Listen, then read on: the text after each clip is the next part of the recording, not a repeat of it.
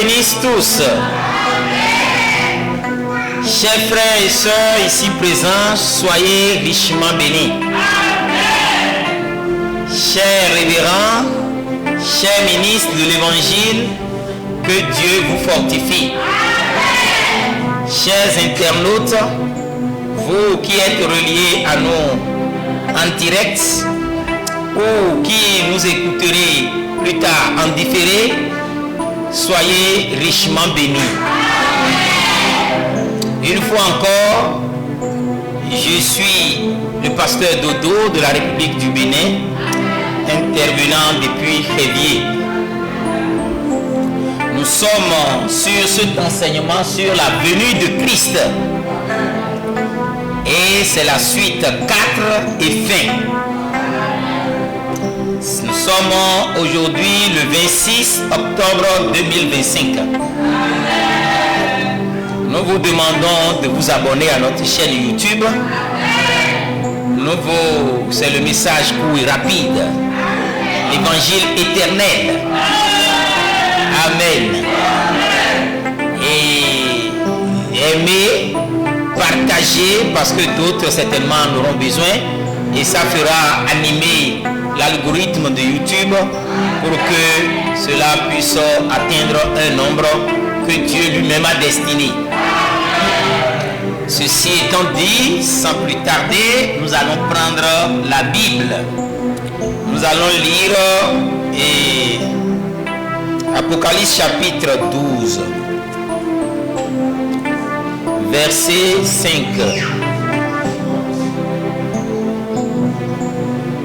Vous êtes prêts?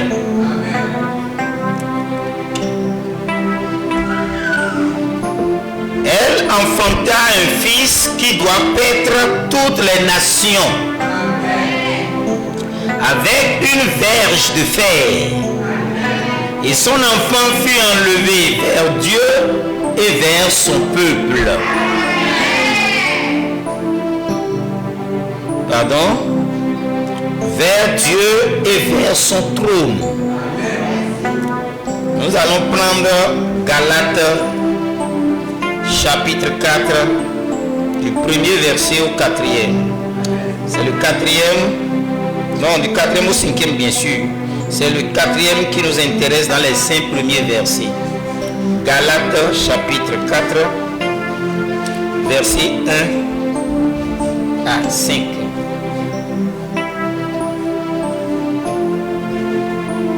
Or, aussi longtemps que l'héritier est enfant, je dis qu'il ne diffère en rien d'un esclave. Mais vous obtenir sur vos pieds, s'il vous plaît, pour ceux qui ne l'ont pas encore fait, pour donner honneur à la parole. Amen. Donc je disais, aussi longtemps que l'héritier est enfant, je dis qu'il ne diffère en rien d'un esclave, quoi qu'il soit le maître de tout. Mais il est sous des tuteurs et des administrateurs jusqu'au temps marqué par le Père. Nous aussi, de la même manière, lorsque nous étions enfants, nous étions sous l'esclavage des rudiments du monde. Mais, écoutez là, mais lorsque le temps a été accompli, notez ça, quand est-ce que le temps est accompli? Lorsque le temps a été accompli, les temps ont été accomplis, Dieu a envoyé son fils, né d'une femme, né sous la loi. Afin qu'il racheta ceux qui étaient sous la loi, afin que nous ressuscions l'adoption. Prions le Seigneur. Rédempteur parfait, bienveillant Père céleste, toi qui es le rocher des âges, le grand El Elah Elohim, tu as défini un plan de la rédemption, séparé en 4 temps. le matin, le midi, le soir et à minuit. Et tu as marqué 7 ans chacun d'un homme. Toi, le grand Jéhovah, tu t'es manifesté à travers les 2 messies. Papa des cieux, éternel des armées, il t'a plu non seulement d'être Melchisédek, mais de devenir Jésus-Christ. Tu as pris chair, tu es venu sur la terre. Père de gloire, tu es mort sur la croix du Calvaire pour accomplir le salut. Tu as été enseveli et ressuscité. Tu es allé dans l'ascension, Seigneur. Tu as promis revenir. Tu es redevenu colonne de feu en partant. Mais en revenant colonne de feu, tu as pris une chair, un corps humain. Et tu t'es identifié à lui. Et au travers de ce corps, tu as pris le nom nouveau. Ce nom a été révélé dans les tonnerres. Et les tonnerres ont appelé B-R-A-N-H-A-N. Branham. Étant le roi point, son nom, c'est le Seigneur Christ Branham. Nous te sommes vraiment reconnaissants. Mais cela ne peut être apporté à la connaissance de l'Église qu'à la venue du second Élie. Et Élie d'aujourd'hui, c'est le Seigneur Jésus-Christ. Oh Dieu, si 2 Élie sont promis pour la seconde venue, 2 Élie sont prévus dans l'Odyssée, Jésus-Christ se manifestera alors comme un jumeau. Un au temps du soir et un au temps de minuit. Père éternel, nous nous attendons de comprendre ces choses. Voilà le point substantiel de cet enseignement sur la seconde venue. Pendant qu'on est en train de finir cet enseignement, viens nous permettre et permettre aux auditeurs, permettre aux uns et aux autres de creuser ces choses, de chercher, de prier jusqu'à ce que la révélation devienne pour eux. Pendant qu'on est devant toi, Seigneur, nous sommes venus avec nos infirmités, avec nos fatigues, dans les confusions. Mais nous savons, Seigneur, qu'une heure passée dans ta maison vaut 1000 passées ailleurs. Viens pardonner les pécheurs, ramener les rétrogrades, guérir les malades, consoler les affligés, et que ton règne vienne, que ta volonté soit faite sur la terre. Nous autorisons cela, Seigneur. Que les écluses des cieux s'ouvrent sur nous et que des anges montent et descendent, Père. Que les démons soient soumis et qu'ils soient chassés. Accorde qu'il en soit ainsi, car tu as déjà dépouillé les esprits autoritaires, les esprits dominateurs, les esprits et les principautés, les esprits méchants dans les lieux célestes. Tu les as traînés en spectacle par ta mort sur la croix. Et ta mort dans les rues d'Amario a accompli la véritable expiation. Nous sommes un peuple particulier qui a eu la grâce de recevoir ta révélation. Merci à toi, Seigneur. Pendant que nous prions dans le nom nouveau de Jésus-Christ, révélé par les tonnerres, le nom qui dissipe les ténèbres et les doutes, c'est dans le nom puissant, Seigneur Christ Branham, que nous avons prié.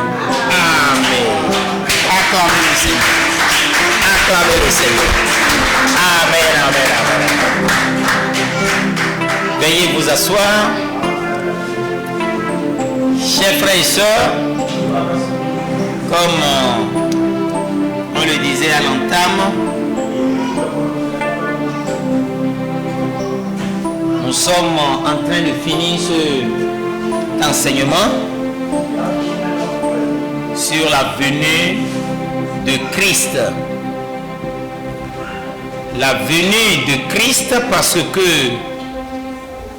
il y a plusieurs Christ. Ne soyez pas scandalisés parce que Jésus est le grain de blé qui a été semé. Et Jésus, le grain de blé qui est semé, c'est dans le but de se reproduire. Et pour se reproduire, dans les 7 fêtes de Jéhovah, il y a la fête de la moisson. Mais cette fête de moisson est précédée de la fête des prémices. Si Jésus-Christ, si Jésus est le Christ, le grain de blé Christ semé, dans sa reproduction, il ne peut que donner des naissances à des Christ. Mais ici, nous parlons de la manifestation des deux Messies. Amen. Amen. Amen. Alléluia. Amen. Donc, quand Jéhovah, le seul vrai Dieu, veut se manifester, il a plus de choisir le Dieu Messie et l'homme Messie. Amen. Alléluia. Amen. Donc, quand nous disons déjà la venue de Christ, nous comprenons clairement que il y a plusieurs Christ. Nous-mêmes, nous sommes appelés à être Christ. Parce que Dieu a dit que nous devons devenir des Christ pour être l'épouse de Christ. Alléluia. Donc, ce titre même que vous voyez, c'est vrai, n'a pas la prétention d'aborder tout ce qui concerne la venue de Christ. Mais c'est de vous montrer, puisque nous avions déjà donné l'enseignement sur la venue de Christ. On en prêchait ici depuis en 2020 où on a commencé à publier sur les réseaux sociaux.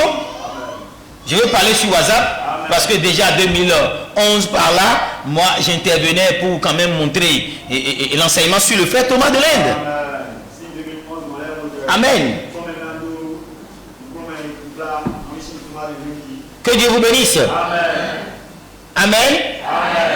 Donc nous voyons clairement ici que nous voulons parler du grand nœud, du grand mystère qui est attaché à la seconde venue. Parce que la première venue, nous le connaissons très bien, c'est identifié par Jésus le Nazaréen. Alléluia. Donc, si nous parlons de la seconde, de la venue de Christ, ce n'est pas la venue du Christ, comme si c'était au singulier, mais c'est la venue de Christ. Que Dieu vous bénisse. Donc nous avions commencé par dire que Dieu ne se répète pas. Dieu, quand il veut faire quelque chose, il change de programme. Quoiqu'il est un Dieu immuable et quoiqu'il est un Dieu inchangeable aux voies immuables. Donc, le Seigneur, on a donné l'exemple du jugement du monde. Il a appliqué le jugement du monde une première fois par l'eau, mais il a promis que la prochaine fois, il le fera par le feu. Changement de programme. Vous voyez ça? Mais on peut même donner un exemple. Si vous prenez, Dieu a dit, je serai, il disait à Josué, je serai avec toi comme j'ai été avec Moïse. Amen. Mais chers frères, chers internautes, disons-nous la vérité, avec notre sens d'étude de la parole, est-ce que Dieu a-t-il été avec Josué de la même manière qu'il fit avec Moïse? Aucunement. C'est un changement de programme. La manière dont Dieu a été avec Moïse, il ne l'a pas du tout été avec Josué de cette manière. Mais il l'a soutenu. Il a accompli de grandes victoires dans un autre programme. La preuve, 400 ans de captivité. Et finalement, qu'est-ce que nous avions constaté? On a vu que Dieu a envoyé Moïse pour délivrer. Délivrer de l'esclavage égyptien.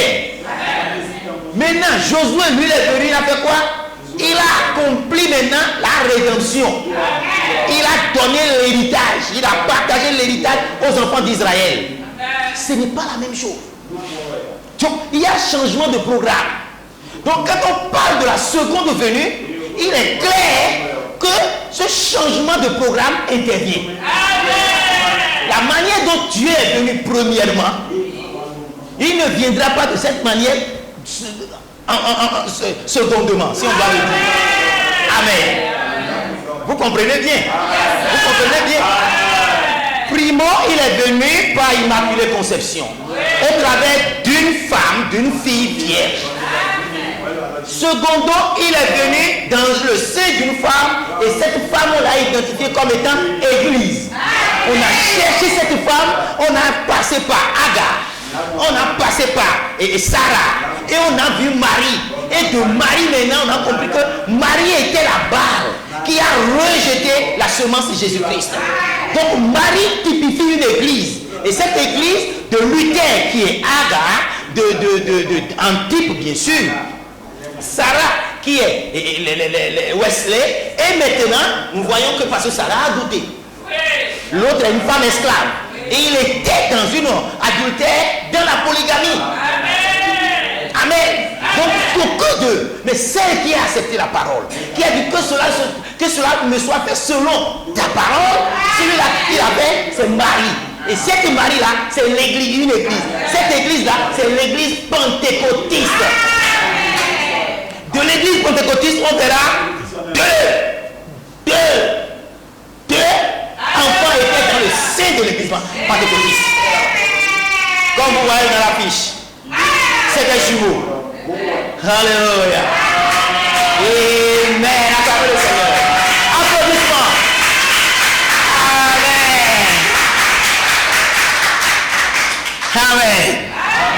Voilà le changement de programme qui a eu lieu. Dans ce changement de programme, on a compris que la naissance de Jésus était une naissance virginale dans une conception immaculée. Nous sommes d'accord? Ou bien? Ou bien? Très bien. Cette conception immaculée au travers d'une jeune fille vierge, nous n'en avons plus besoin. C'était venu pour régler un problème. Et le problème, c'est parce que Ève, notre mère, a souillé le sang en allant en commettant adultère avec l'autre. Avec le serpent. Le serpent ancien. Amen. Donc ce serpent ancien a commis adultère avec la femme d'Adam qui était Ève. Donc il a souillé son sang. Donc il fallait que ça soit le sang. Non, ce n'est pas. Il fallait que ça soit le sang de Dieu pour nous purifier. Alléluia. Donc Jésus-Christ, son sang n'est pas un sang juif. Son sang n'est pas un sang non juif. N'est pas un sang des gentils. Mais son sang, c'est le sang de Dieu. Je suis venu avec mon eau et avec mon sang. Et c'est ce sang qui nous a purifiés, qui nous a lavés, qui nous a nettoyés. Alléluia. Donc dès lors, nous comprenons clairement que on n'a plus besoin d'une naissance virginale. Et ça, nous l'avons lu. Nous l'avons lu. Nous l'avons lu dans la voix de Dieu. La voix à laquelle Dieu commence. Voilà. Je vais vous le lire parce que c'est important.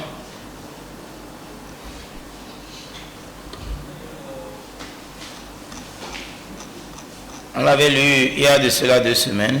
Voilà, je crois bien. Paragraphe 16 de la voie à laquelle tu as pourvu pour aujourd'hui. Par exemple, l'a prêché en 1964, le 6 février. Il dit, et si ceci est la révélation de Jésus-Christ pour tous les âges, et pour cet âge-ci, il a révélé dans cette Bible ce qu'il ferait dans cet âge-ci. Et quand nous voyons cela se faire, quand nous le voyons faire ce qu'il a promis de faire, par une naissance virginale, ça c'est il y a 2000 ans. Ce qu'il a promis aujourd'hui, ce n'est plus la naissance virginale. Donc le retour de Jésus-Christ, la venue de Jésus-Christ ne sera plus comme la première fois. Amen. Nous avions eu le temps de lire Jean 16, 21. Amen. On a eu le temps de lire Luc. Amen. Et tous ces passages que nous avions lus ont montré réellement que c'est la seconde, la seconde venue. Et c'est là le nœud se trouve au niveau de la seconde venue. Amen. Donc nous venons de lire Apocalypse chapitre 12 verset 5. Et on avait déjà dit comment le prophète qui est l'interprète de la parole, l'interprète divin de la parole écrite de la Sainte Bible. Amen.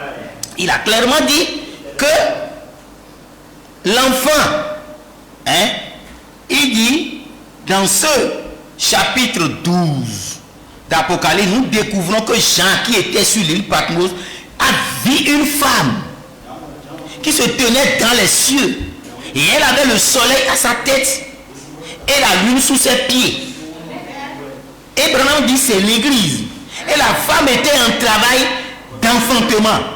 Elle veut mettre au monde un enfant mâle. Et cet enfant, le dragon se tenait afin de dévorer l'enfant aussitôt qu'il serait né. Et l'enfant fut enlevé vers le ciel et la femme s'enfuit dans le désert. Branham explique ici maintenant. Il dit, paragraphe 28 de Hébreux chapitre 1. Maintenant, sermon Hébreux chapitre 1. Maintenant, la femme représentait l'église et l'enfant qu'elle enfantait, c'était Christ. Donc si le prophète, le grand prophète Branham a interprété cette écriture de cette manière, nous voyons que le retour de Jésus-Christ effectivement ne peut jamais être de la manière dont il était venu la première fois, car Dieu a changé de programme. Mais vous venez de dire que c'est une femme et que cette femme a donné un enfant. Mais Branham, lui maintenant, il a pris Jean.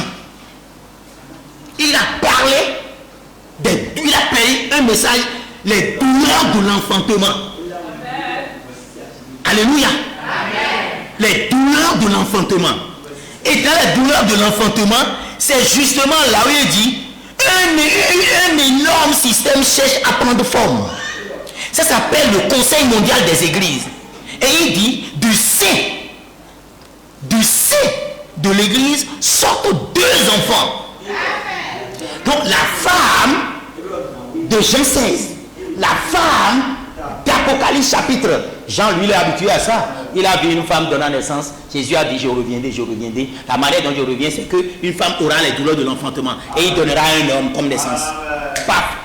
Dans la vision, il vit encore une vision qui est conforme à ce que Jésus lui-même avait dit.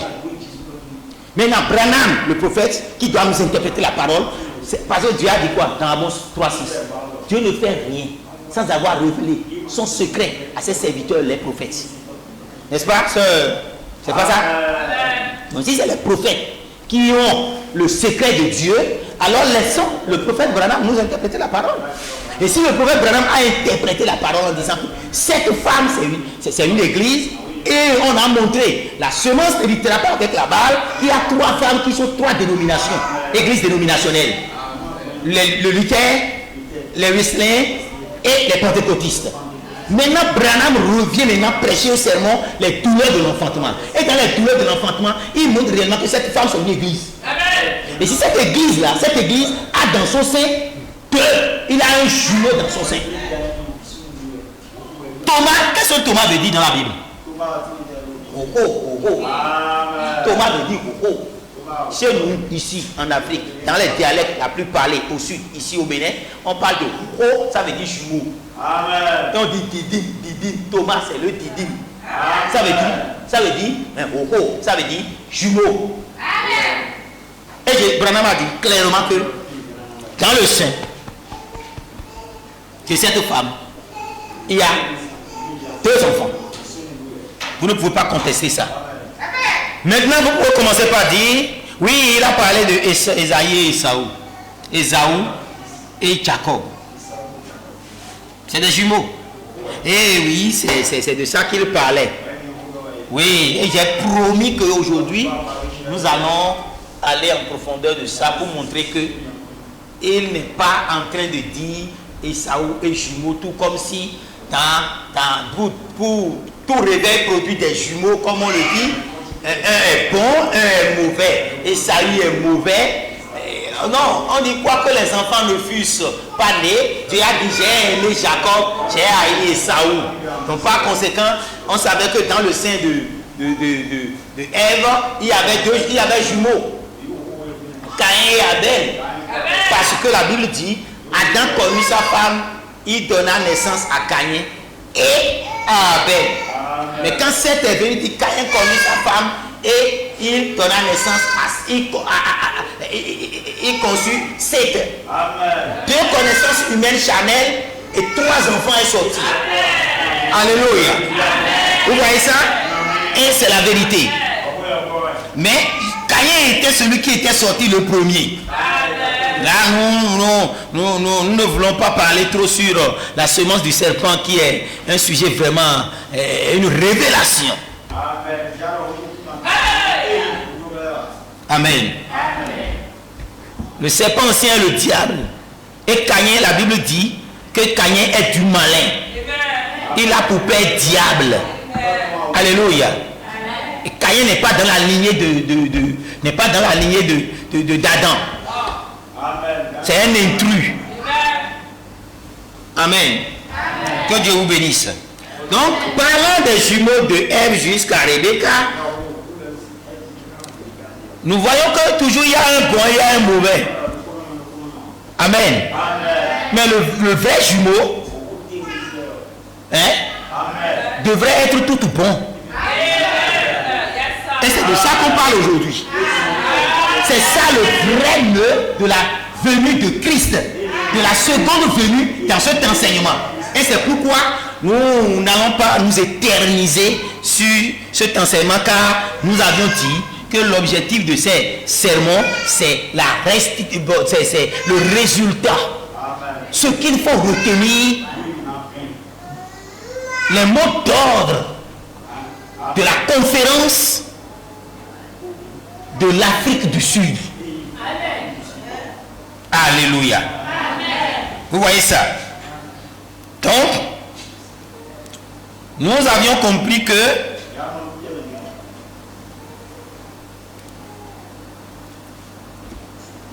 la première venue et la seconde venue sont espacées de 2000 ans. Amen.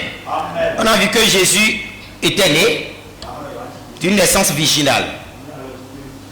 Et il est passé au travers les âges de l'Église en prenant l'apparence de Paul, Irénée, Saint-Martin, Colomban, Martin Luther, Wesley et Branham. Mais le nœud de la seconde venue, c'est au 7e âge de l'Église qui comporte 2 âges. L'âge pentecôtiste et l'âge de l'épouse. Et ces 2 âges ont effectivement un espace de temps. Ils ont des messages différents. Ils ont des vertus différentes. Et ils ont des messagers différents. Donc il y a premier Élie et second Élie. En fait, c'est des Élis jumeaux. Alléluia. Donc nous voyons que Jésus-Christ étant l'unique Fils de Dieu en son temps, dans sa reproduction plus tard, nous voyons le Messie-homme qui est Branham, qui est le grand frère parmi les frères. Donc Jésus est le Fils unique qui a apporté le salut comme Moïse. Branham, comme Josué, a apporté la rédemption. Nous allons montrer toutes ces choses. Maintenant, après avoir compris cela, la naissance, la seconde venue, c'est lié à une femme. Et cette femme, c'est une église. Et il doit donner naissance aux jumeaux. Dans ce jumeau, on doit entendre Thomas. Parce que c'est jumeau ça.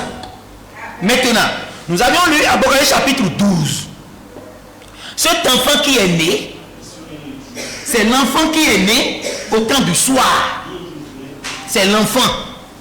Mais au temps de minuit, cet enfant a dû grandir. Dans sa transformation, il y a déjà maturité de l'église. C'est ce que je veux dire. Maturité de l'église. Alléluia. Donc Galates 4 nous dit quoi? Il dit, mais lorsque les temps ont été accomplis, à la dispensation de l'adoption, Dieu a envoyé son fils né d'une femme, né sous la loi, afin qu'il racheta ceux qui étaient sous la loi, afin que nous ressuscitions l'adoption. Ça là ne parle pas de Jésus. Bien qu'on sait que oui, ça veut parler de Jésus. Jésus est né sous la loi, et ainsi de suite. En tout cas, c'est le Christ. Toute écriture qui parle de Christ, parle de Christ. Alléluia.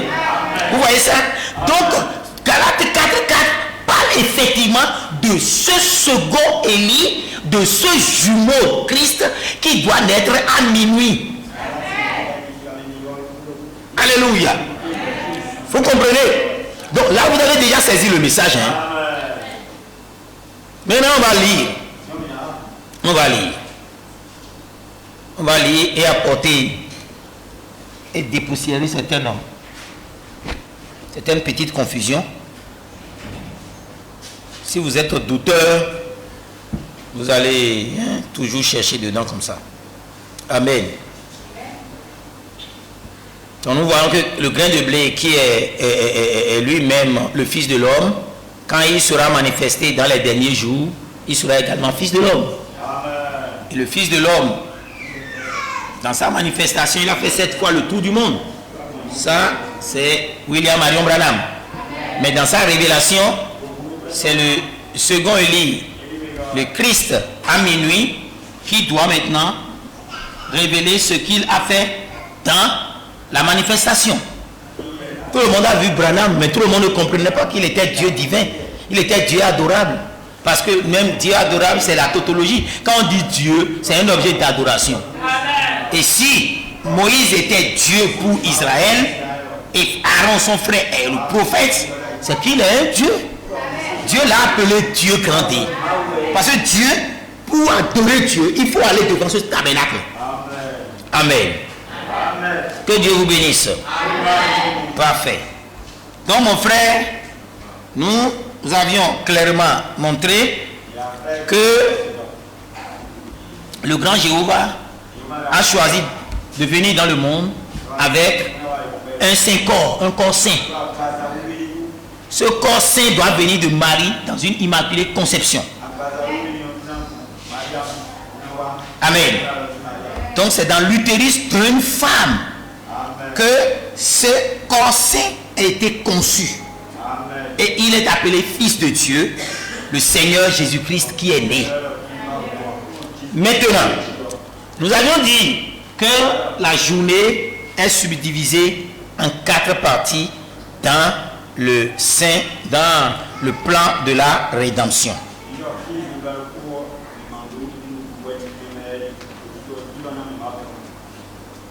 Dans le plan de la rédemption, c'est partagé en 4 parties.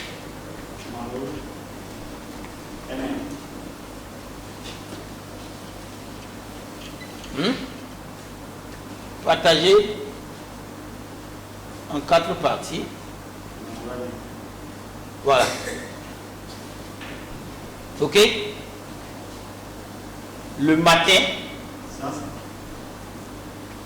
nous voyons 9h à midi, 15h et 0h. Ici le matin, nous avons Adam. Jésus est le spectacle de midi. Yeshua, Yamashia. Ici, nous voyons que c'est le temps du soir. Le soir commence à partir de 15h en Israël. Donc ici, c'est Branham. Et à minuit ici, c'est Thomas. Ok? Amen. Dans le plan de la rédemption, voilà comment le jour est subdivisé.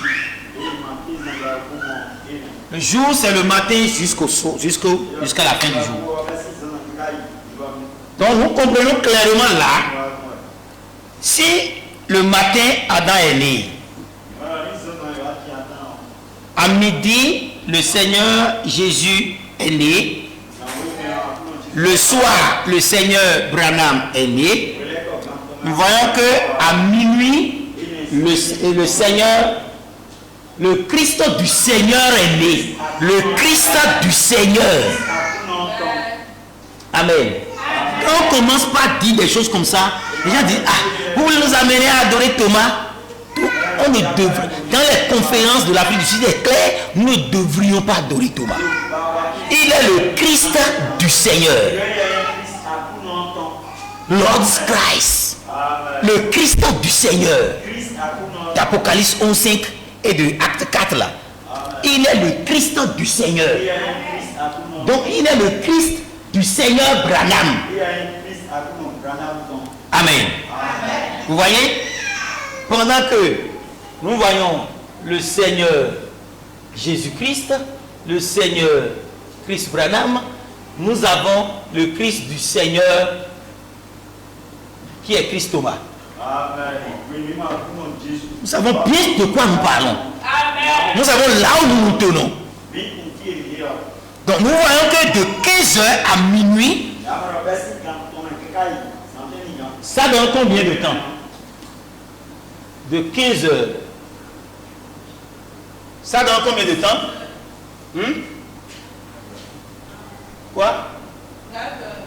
Parfait. Ça donne 9 heures. Donc ici, il est né. Ici, ça c'est la première venue. Première venue. Maintenant, la deuxième venue s'étend ici. Et c'est là, Branham a dit, ils sont jumeaux. Jumeaux. Il y a le Seigneur Christ Branham et le Christ du Seigneur Branham. Ils sont nés tous ici. Ça, c'est la seconde venue. Vous comprenez? C'est pourquoi Branham dit, nous ne pourrons pas. Donc il y a un décalage. Il y a un décalage de 9 heures de temps. C'est pourquoi Branham a dit, nous ne serons pas deux en même temps. Alléluia. Nous sommes d'accord. Si vous voulez appliquer, si effectivement vous voulez appliquer l'affaire de jumeaux, Caïn et Abel, Caïn est du malin, Abel est de la semence d'Adam, Esaü et les choses, j'ai aimé Jacob, j'ai haï Esaü. Si vous voulez prendre la chose de cette manière, il y a le grand conseil, l'énorme conseil mondial des églises, qui est l'œcuménisme. Hein? Et il y a l'église épouse. Vous voyez? Maintenant regardez, il y a l'église et le grand conseil mondial des églises qui sont ensemble. Et l'autre va persécuter l'autre. Maintenant, il y a dans l'église, nous voyons qu'il y a les jumeaux. Et Branham dit, nous ne pourrons pas être deux en même temps. Branham est venu au temps du soir, mais au temps de minuit, il y a un appel de l'épouse qui doit avoir lieu. Nous sommes vous me suivez? Donc, nous sommes très contents de tout ce que le Seigneur fait ici avec nous et nous le remercions. Il nous assiste merveilleusement bien. Alléluia. Donc maintenant, reprenons paragraphe 115 des douleurs de l'enfantement. Prêché le 24 janvier 1905. Amen. Il dit ici, remarquez, voyez, remarquez. Ça a toujours été ici. C'est pour ça qu'elle éprouve des douleurs de l'enfantement. C'est parce qu'il y a un combat en elle. Amen. Il y a un combat en elle. Il y a un Esaü, juste un homme du monde très religieux.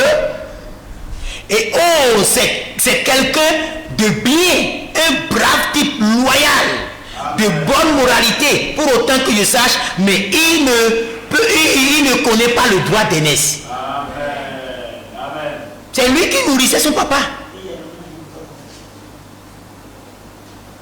Un type loyal, un type bien. Mais le fait qu'il soit l'aîné ne lui dit rien. Il a vendu ça rien que pour un plat de lentilles. Lentilles est une céréale comme haricot là, qui est très succulent.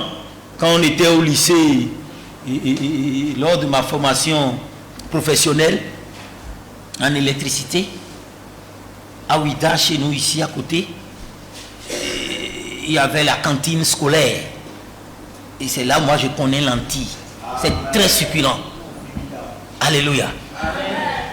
Quand je lis ça, je me rappelle toujours de mon passage à Ouida, au complexe polytechnique de Ouida. Amen. Donc, un plat de lentilles seulement comme là-bas là. Et c'est fini. Lui a dit, je ne suis plus premier fils. Tu peux imaginer, c'est clair? Rien qu'un plat de haricots. Et tu dis, je ne suis plus aîné. Je te vends mon droit d'aînesse.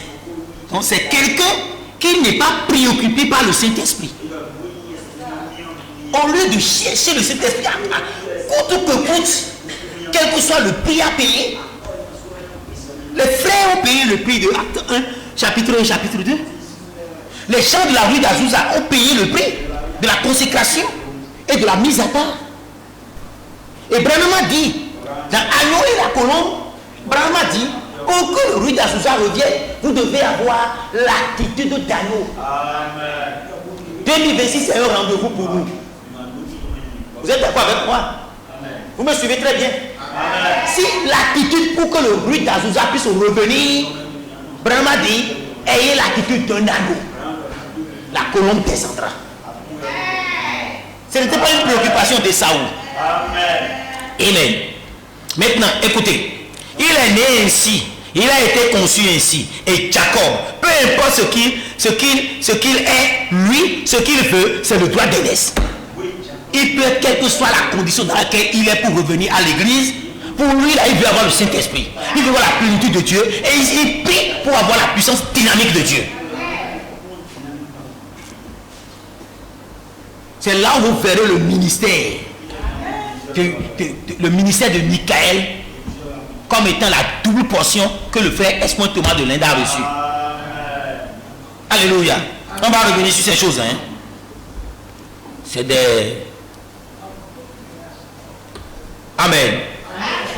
Jacob lui dit, même si je suis supplantateur, même si je suis menteur, je suis voleur, moi là, je veux le droit d'aînesse. Nous sommes musulmans, mais je veux le droit d'aînesse. Vous voyez? Donc, Branham dit ici, c'est lui le spirituel. Et aujourd'hui, ces deux-là sont dans le sein de l'église. Donc, premièrement, nous voyons qu'il y a l'église charnelle et il y a l'église spirituelle dans le sein de la grande église de Christ.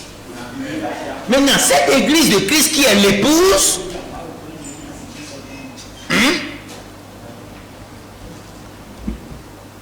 vous voyez que on a dit de Marie est sortie la vraie semence. Marie, c'est l'église pentecôtiste. Mais est-ce que c'est l'église pentecôtiste qui donne le temps à l'écuménisme? Non? Non? Ou bien? Il dit ici, maintenant quand il a dit ça, on comprend clairement que le spirituel et le charnel étaient dans le sein de Rebecca. Et ils sont dans le sein de l'église. Maintenant, il reprend encore. Il dit, paragraphe 326. Je vous dis seulement ce que j'ai vu et ce qui m'a été dit. Et maintenant, faites ce que vous voudrez. Je ne sais pas ce qui va se passer. Je ne sais pas. Tout ce que je sais, c'est que ces 7 tonnerres retiennent ce mystère. C'est le mystère de la venue. C'est le mystère de la seconde venue du Seigneur. C'est le mystère du 7e sceau. Et le mystère du 7e sceau, c'est la venue du Seigneur. Amen. Et nous avons dit que la venue du Seigneur est étalée sur 3 phases. Le 7e sceau, paragraphe 248 à 391. Le 7e sceau, c'est la seconde venue. Et dans le 7e sceau, on a dit que il y a 3 phases. Vraiment dit 3 points, 3 phases, 3 mystères dans le 7e sceau. Donc il dit ici que je ne sais pas. En tout cas, ce que j'ai vu, je vous le dis. C'est le 7 tonnerre qui retient ce mystère. Alléluia. Donc les 3 étapes, les 3 phases, les 3 mystères, c'est la préparation de l'épouse. Ça, on appelle ça, avant l'épouse quoi, la préparation de l'épouse pour l'enlèvement. Ça, on appelle ça seconde venue. Il y a un espace de temps. L'enlèvement, c'est la seconde, vraiment on appelle ça la grande seconde venue. Il y a un espace de temps. L'introduction au millénium, notre retour après 3 ans et demi, notre retour sur la terre, dans le millénium, cette introduction au millénium, il appelle ça également seconde venue. Vous voyez ça? Vous voyez ça? Donc le 7e sceau, c'est la seconde venue et ça a 3 phases. Ça, nous ne pouvons pas finir cet enseignement sans faire ce petit clin d'œil. On en avait fait, mais on doit le faire en train de finir. Maintenant, écoutez. Il dit, paragraphe 300,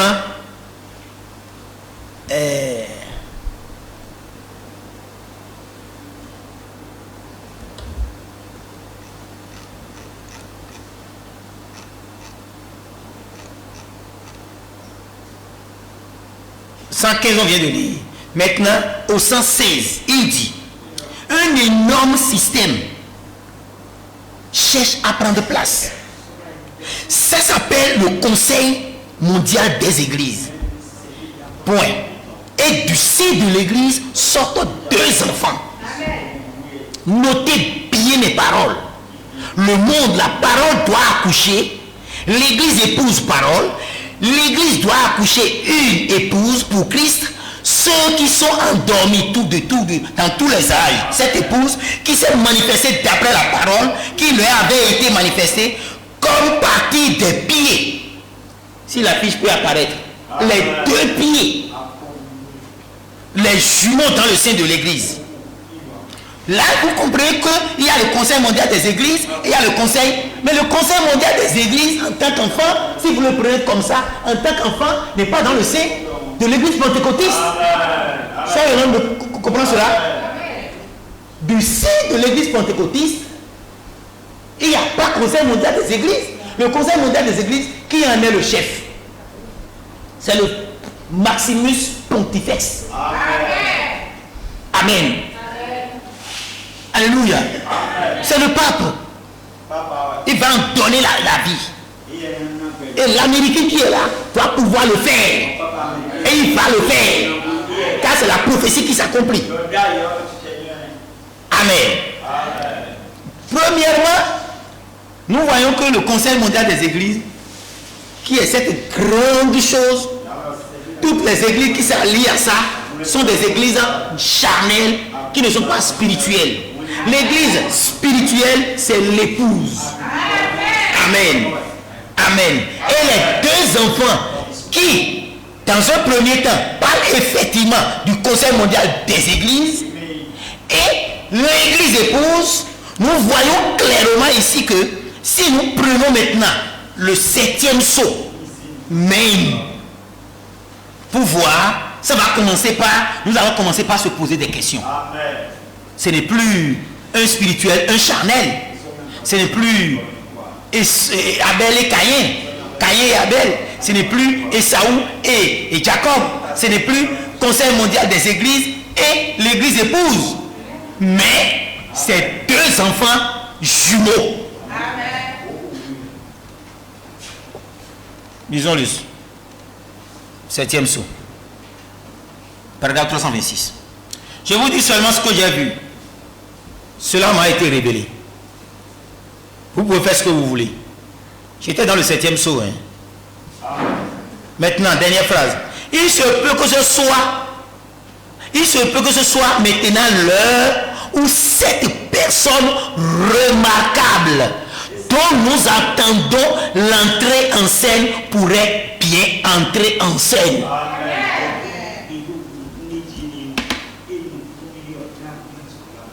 Ce convenu des jumeaux. Brandi, notez bien mes paroles. Il y a 2 enfants dans le sein de l'église. Il y a Branham. Branham est en train de finir dans les années 1963. Il dit le moment commence par venir pour que ce personnage remarquable entre en scène. Et il dit nous ne pourrons pas être, il faut que je vous lise ça, nous ne pourrons pas être 2 en même temps. Paragraphe 327. Peut-être que ce ministère que j'ai exercé en essayant de ramener les gens à la parole a posé un fondement. Et si c'est le cas, je vous quitterai pour de bon. Branham a établi, a donné une plateforme. A donné une plateforme à Thomas. Pour qu'il monte dessus. Donc, et lui qui est en train de finir, dit qu'il y a une personne remarquable. Donc, Branham lui-même étant remarquable, dit qu'il y a une autre personne remarquable qui va venir en scène et que les 2 personnes remarquables ne peuvent pas rester. Il faut que lui parte de bon parce qu'il a déjà placé cette plateforme pour Thomas. Ce fondement pour Thomas. Les 1200 et quelques sermons pour Thomas. Amen. Vous voyez? Donc maintenant, les 2 étant des jumeaux qui interviennent dans le même âge, en tout cas dans le grand âge de la Odyssée, nous voyons que lui, c'est son Seigneur. Et il est le Christ du Seigneur Branham. Il n'est pas contre Branham, comme le Conseil mondial des églises est contre l'épouse. Non, c'est en cela que Thomas veut dire jumeau. Il est jumeau à qui? On sait que lui, il est jumeau. Il est jumeau à qui? Et Branham l'appelle personne remarquable. Alléluia. Vous voyez ça? Amen. Donc, il dit, si ce ministère que j'ai exercé pour ramener les gens à la parole a posé un fondement, alors si c'est le cas, je vous quitterai pour de bon. Nous ne serons pas 2 ici en même temps. Cela enlève l'idée de Caïn et Abel, et Saoul et Jacob, Conseil mondial des églises et l'église spirituelle épouse. Ça enlève complètement cette idée. Ça montre réellement l'idée de jumeaux. Amen. Le Seigneur Christ Branham est le Christ du Seigneur. Christ Thomas. 6e saut. Nous avions dit dans l'enseignement passé que et maintenant voici ces 2 prophètes qui se tiennent là avec la parole de Dieu pour faire tout ce qu'ils veulent à la nature. Quand on lit ça, on voit Moïse et Élie. C'est aussi facile que ça. Vous voyez? Bon, maintenant, il prend la terre. Cela montre exactement ce qu'il fait. Ce sont Moïse et Élie, puisque c'est là leur ministère est incarné une fois de plus. Les 2 hommes, oh là là, voyez, l'assemblée dit Amen. Voyez ce que c'est le 6e saut. Il s'agit de ces prophètes. C'est ça, non? Maintenant, écoutez, il dit maintenant. C'est un prophète. Son langage ne veut pas être un langage aussi naturel, c'est il faut être spirituel pour saisir la chose. C'est pourquoi nous sommes un peu plus particuliers car nous avons reçu cette révélation. Il dit faites attention, tirez attention, que cela ne vous secoue pas. Mais observez qui ont ouvert ce sceau. Des prophètes. Amen. Est-ce que Moïse et Élie ont reçu le ministère d'ouvrir un seau? Jamais. Est-ce que les seaux, l'ouverture des seaux concerne-t-il? Est-ce que l'ouverture des seaux concerne quel? Moïse et Élie? Et ils constituent, leur ministère constitue le 6e sceau. Mais celui qui doit ouvrir le 6e sceau, vraiment qui? Celui qui doit ouvrir les sceaux là, c'est 2 prophètes. Donc c'est les 2 jumeaux, les 2 personnes remarquables. Donc vraiment a ouvert, il comprend les sceaux écrits, les sceaux non écrits. Mais il a ouvert les sceaux et il a dévoilé les sceaux écrits, mais les sceaux non écrits parlent de lui-même. Les sceaux non écrits parlent du nom nouveau. Les sceaux non écrits parlent de ça. Ce sont des tas critiques, ce sont des tas de Christ. Ça parle de sa résurrection, la résurrection de Christ Branham. Vous voyez un peu? Donc ça, c'est des prophètes qui ont ouvert les sceaux. Mais les sceaux ne sont pas ouverts par Moïse et Élie. Donc quand vous voyez le prophète de Dieu prêcher, même dans un seul paragraphe, il faut l'Esprit de Dieu pour révéler cela. Et c'est son propre esprit qui est revenu chevaucher Thomas pour que Thomas nous fasse ressortir cette vérité cachée. Alléluia. Ça ne... Vous voyez? Maintenant, écoutez, dans mariage et divorce, ça c'est février 1965. Branham disait que ça c'est la révélation. Il dit, paragraphe 35, au début, solennellement, il est bien habillé. D'après les témoignages, il est habillé tout en blanc. Cravate jusqu'aux chaussettes, jusqu'aux chaussures, en blanc. Et il est venu, il dit, et maintenant, en ce moment, quoi que le Seigneur est, si ceci n'est pas ce qu'il a prophétisé quant à Malachie 4 et aussi Luc 17, il dit, eh bien, d'autres passages des Écritures qui doivent s'accomplir en ce dernier jour, permettez-moi de dire ceci. Permettez-moi de dire ceci maintenant en terminant, de façon solennelle. Cela a posé le fondement pour cet homme quand il viendra. Cet homme remarquable. Cet homme jumeau, cet homme qui viendra pour révéler les sceaux non écrits, cet homme qui fait partie des 2 prophètes qui doivent révéler les sceaux. Ce n'est pas Moïse et Élie, ce n'est pas Esaü et Jacob, ce n'est pas Caïn et Abel, ce n'est pas le conseil moderne des églises et l'église spirituelle, l'épouse. Mais ici, il s'agit de Christ, le Seigneur Christ Branham et le Christ du Seigneur Christ Thomas. C'est de ça qu'il s'agit ici.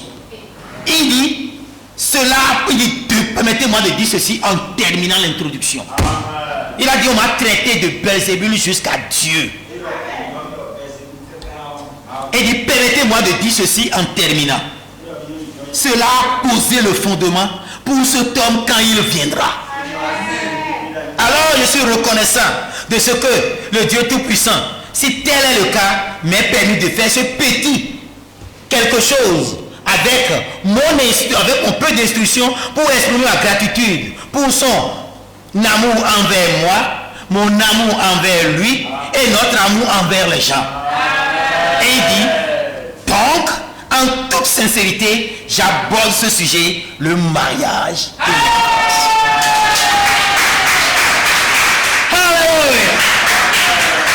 Alléluia. Que Dieu vous bénisse.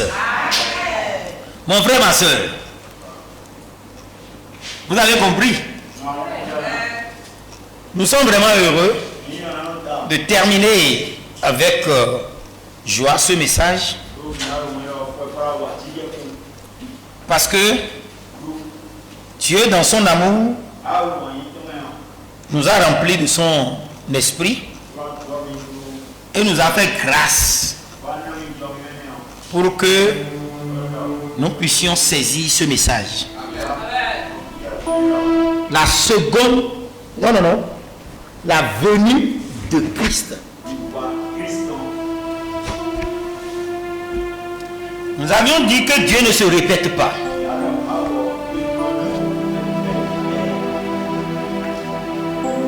S'il fait des choses et qu'il veut le reprendre,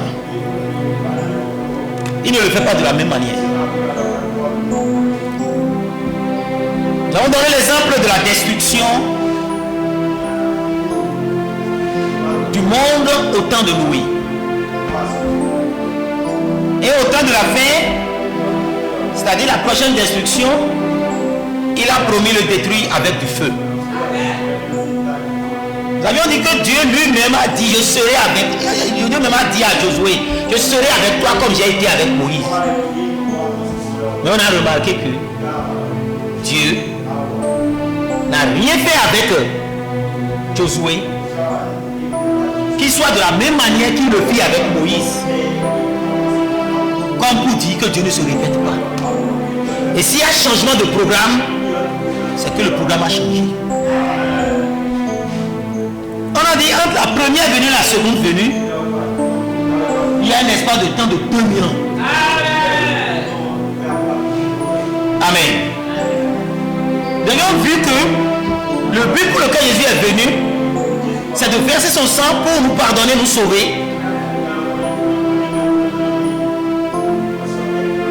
Et de se reproduire.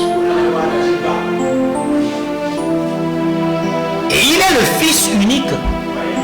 Suivant Jean 3,16. Et c'est en son nom que le salut est accordé. On en fait un deuil sur le baptême. Pour le salut qui est au nom de Jésus-Christ. Le baptême du Saint-Esprit, c'est le baptême de la rédemption. C'est ce baptême du Saint-Esprit qui est fait, que nous recevons par le nom Chris Branham. Vous ne pouvez pas me dire que vous aurez le Saint-Esprit aujourd'hui sans que ça ne soit pas dans le nom Chris Branham. Je ne parle pas du baptême d'eau, parce que le baptême d'eau, c'est le baptême au nom de Jésus-Christ, car il n'a été donné à l'homme aucun autre nom que le nom de Jésus-Christ pour le salut. Et dans quelle est cette attraction sur la montagne? Brahma dit la guérison. Jésus l'a déjà fait. Et s'il a fait la guérison, il a fait aussi le salut. Il dit aucun homme ne peut plus le faire. Aucun ange ne peut plus le faire. Il dit même pas Dieu. Donc la guérison est accomplie par le sacrifice de la croix. Et le salut est accompli par le sacrifice de la croix. Et la prédication sur le salut est toujours prêchée au nom de Jésus-Christ. Parce que nous devons encore retourner à l'eau dans le nom de Jésus-Christ.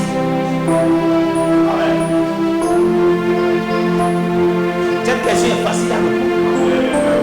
Aujourd'hui, c'est une œuvre morte. Le baptême d'eau, le lavage des pieds, la Sainte Seine, c'est des œuvres mortes. Le baptême d'eau est une œuvre morte. Ces ordonnances sont dépassées. On a clairement approfondi le fils unique de la révélation du mystère, du fils unique et le fils premier-né. Le fils unique, c'est lui qui a accompli le salut, c'est Jésus-Christ. Le fils premier-né, c'est lui qui a accompli la rédemption. Et le grand frère parmi les frères, c'est William Marion Branham, les prémices de la moisson. Jésus a pris les formes depuis au temps de Malachie, au temps d'Ésaïe, au temps de Jérémie, au temps d'Élie. Jésus a pris toutes ces formes. Et durant les âges, il a pris Paul, Irénée, Saint-Martin, Colomban, Martin Luther, Wesley. Mais dans l'âge de Laodicée, il y a deux hérits. Il ne peut que prendre la forme de Branham et la forme de Christ Thomas. Branham étant le Seigneur, l'adorable, son Christ, c'est le vrai Thomas de Christ Thomas. Les deux enfants qui sont dans le sein de l'église, qui ne doivent pas être ici au même moment, parce qu'il y a un décalage de 9 heures de temps entre la naissance de 15 heures et la manifestation du soir et la manifestation de minuit. Ce décalage montre qu'il ne peut pas être là au même moment. Vraiment, dit ce comment remarquable. Il s'agit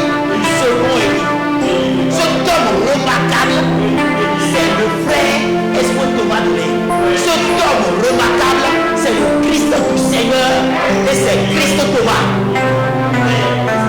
Chers frères et sœurs, vous êtes heureux parce que beaucoup d'écritures sont accomplies dans la vie et le ministère du frère Thomas. Et le verset qu'on va donner, c'est Jésus-Christ a minuit. Son message appellera l'église. Son message remplira le cuivre d'huile et appellera l'épouse pour rencontrer Christ Branham. Alléluia. Nous sommes au terme de cet enseignement. Et nous vous demandons de vous abonner sur notre chaîne YouTube. D'aimer, comme on dit, liker. Abonnez-vous à cela. Partagez cela. Cela fera du bien à beaucoup de gens. Parce que le nœud, vous avez tellement entendu parler de seconde venue. Beaucoup d'enseignements sur la seconde venue. Mais il y a un nœud qui est caché. C'est la conférence de l'Afrique du Sud. À révéler cela. Vraiment, nous disons merci au Seigneur pour ce précieux docteur Branham Thomas. Amen. Et nous allons évoluer encore dans d'autres résultats de conférences de l'Afrique du Sud. Nous sommes très heureux pour cet enseignement que tu nous as donné pour vous montrer que dans le sein de l'Église, il y a deux enfants. Le premier est venu au temps du soir, c'est le temps de notre Branham que tu as fait de lui Seigneur et Christ. Et le deuxième est venu à minuit. Jésus-Christ a minuit. Nous révéler les choses non écrites en nous chuchotant les mystères dans les oreilles pour que la bénédiction de Dieu entre en nous. Que Dieu vous bénisse tous. Soyez comblés, je vous prie de poser des questions. Posez-vous des questions. Posez-vous des questions. Envoyez de vos interrogations. Le point d'éclaircissement sera, il y aura la grande lumière qui jaillira dessus. Nous ne sommes plus au temps de la confusion est pour l'ennemi. La honte est pour l'ennemi. Mais vous marcherez dans la lumière. Marchez dans la lumière comme vous-même est lumière. Et que